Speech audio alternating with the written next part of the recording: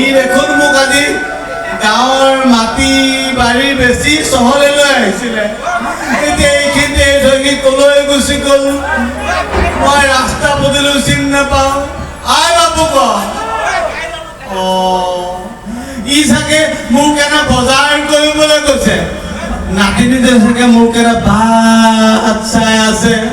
আই বাবু ক মই মানে ইয়াতে ৰৈ আছো, কলৈ গুচি গ'ল মই ৰাস্তা পদূলিও চিনি নাপাওঁ। গাঁৱৰ মাটি বাৰীও বেছি কিনো চহৰলৈ আহিলে।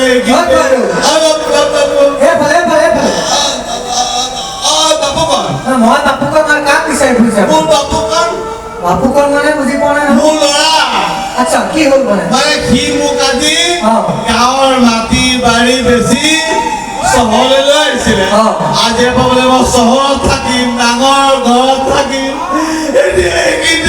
সি মোক গুচি গ'ল, মই ৰাস্তা পদূলিও মই গম পালো, মই সমস্যাটো গম পাই গলো। এইটো আজিকালি কমন সমস্যা। আপুনি এটা কাম কৰক, ৰাস্তাত চিঞৰি বাখৰি থাকি লাভ নাই। এই ৰাস্তাটো পাখৰি জিৰণি চৰত যে আছে, তাতে অকণ জিৰণি লওক, মোক পিছে পিছে আহি যাওক। আপোনাৰ ল'ৰাই বিচাৰিলে নহ'লে ইয়ালৈকে আহিব। জিৰণি চৰত থাকিলে তই আহিবি। তই আহিবি, মই জিৰণি চৰতে আছো দে বাবু ক। বাবু ক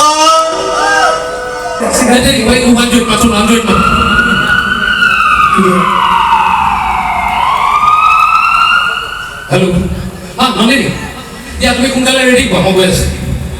নাই নাই নাই, তুমি চিন্তা কৰিব নালাগে। দেউতাক মই এতিয়া ঠিকনাত থৈ আহিছোঁ। আজি স্বাধীনতা দিৱস আৰু দেউতাক মই স্বাধীনতা দি দিলোঁ। আমি দেউতাৰ পৰা আমি স্বাধীনতা পালোঁ, চিন্তা কৰিব নালাগে। এতিয়া আৰু সেই বুঢ়াৰ কেঁচলি কৰি থাকিব নালাগে। নাই নাই নাই, তুমি চিন্তা কৰিব নালাগে, আমি স্বাধীন হ'লোঁ। শুনা, তুমি কিন্তু এই কাপোৰখিনি ধুনীয়াকৈ পেক কৰি লোৱা। আৰু এই যে তোমাৰ কিবা মাজে মাজে চকুটো বিষাই বুলি কোৱা, এই মেডিচিনখিনি লৈ লোৱাচোন। কাৰণ থাইলেণ্ডত ফুৰিবলৈ গৈ ধুনীয়া মই এনজয় কৰিম নে চকুত ঔষধ দি থাকিম? দিয়া দিয়া, সোনকাল কৰা। হ'ব হ'ব হ'ব, সোনকালে তুমি লোৱা। 1 মিনিট ৰ'বাচোন, এটা ফোন আহিছে। হেল্ল' হেল্ল' হয় ৰঞ্জন কাশ্যপ নেকি? হয় কওকচোন। মই GMCHৰ পৰা কৈছোঁ। হয় কওক। এই মাত্ৰ আপোনাৰ দেউতাৰ এটা পথ এক্সিডেণ্টত মৃত্যু হৈছে। কি? আপুনি তেখেতৰ ডেড বডিটো ইমিডিয়েট GMCHৰ পৰা চম্ভালি ল'ব। অহ ন', কি কৰা যায়? এতিয়াহে মৰিবলৈ পালে দেউতাটো। য়েছ, আমাৰ গাঁৱৰ হৰেণলৈ ফোন মাৰো। হেল্ল' হৰেণ, ক'ত আছ? আচ্ছা শুনা, এই দেউতাক মই গুৱাহাটী লৈ আহিছিলোঁ ট্ৰিটমেণ্টৰ কাৰণে। আজি ঢুকালে দেউতা। GMCHত ডেড বডিটো আছে, তই গাঁৱৰ পৰা গাড়ী এখন ভাড়া কৰি লৈ আহ আৰু লৈ যা ডেড বডিটো। পইচাৰ কথা চিন্তা নকৰিবি, যিমান টকা লাগে মই দি দিম। আৰু শুন, এই ডেড বডিটো গৈ পোৱাৰ পিছত যে মানুহবিলাকে হাৱে বিয়কে কান্দিব নহয়, ধুনীয়া ধুনীয়া ফটো লৈ পেলাই মোক দি দিবি হোৱাটছএপত, মই ফেচবুকত দিব লাগিব। একদম একদম একদম, মানুহখিনিক শ্মশানত ধুনীয়াকৈ মদ চদ খুৱাই দিবি। পইচাৰ চিন্তা নকৰিবি, ভাল ব্ৰেণ্ডেড মদ খুৱাবি, যিমান টকা লাগে মই দি দিম। আৰু স্বাৰ্থটো ডাঙৰকৈ পাতিবি। গাঁৱৰ মানুহে গম পাব লাগিব কাৰ বাপেকৰ স্বাৰ্থ পাতিছে।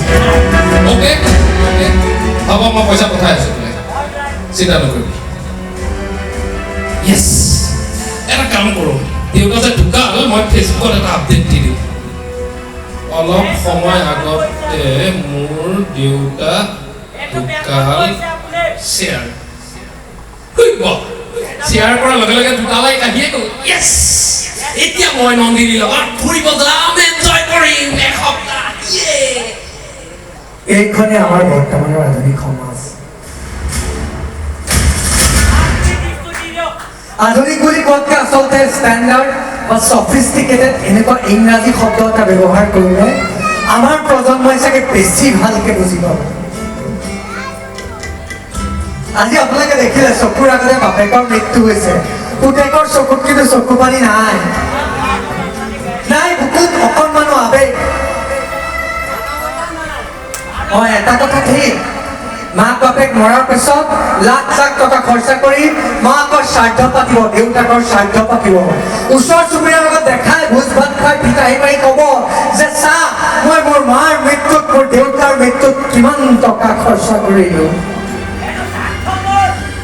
কিন্তু জীয়াই থকা অৱস্থাত সেই একে পিতৃ মাতৃৰ প্ৰতি আমাৰ এই বুকুৰ আবেগখিনি গ'লে গুচি যায়। আমি কেনেকৈ পাহৰি যাওঁ সেইজন দেউতা, যিজন দেউতাই এটা সময়ত আমাৰ সামান্য জ্বৰ এটা হোৱা বুলি গম পালে খালী ভৰিৰে চকু চলচলীয়া কৰি